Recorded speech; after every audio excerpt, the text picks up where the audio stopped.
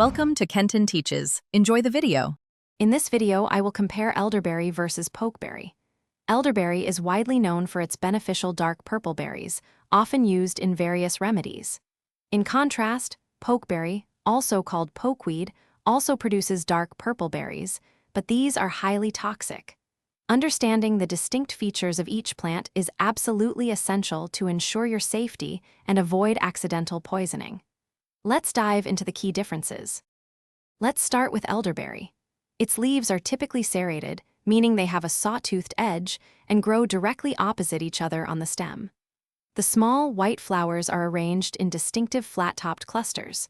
When ripe, the berries are a deep dark purple or black and hang in drooping bunches.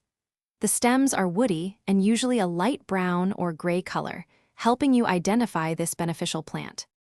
Now let's look at the toxic pokeberry. Its leaves are large and smooth, growing alternately along the stem, not opposite.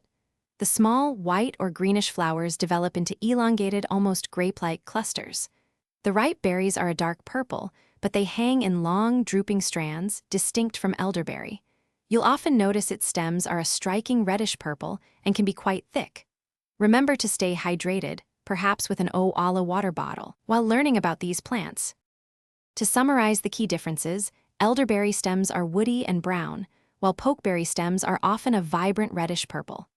Elderberry flowers and berries form flat-topped clusters, whereas pokeberry produces long, elongated, grape-like clusters. Remember, only ripe elderberries are safe for consumption, and only after proper cooking. Crucially, all parts of the pokeberry plant are considered toxic to humans, so never consume them. Always be certain of your identification.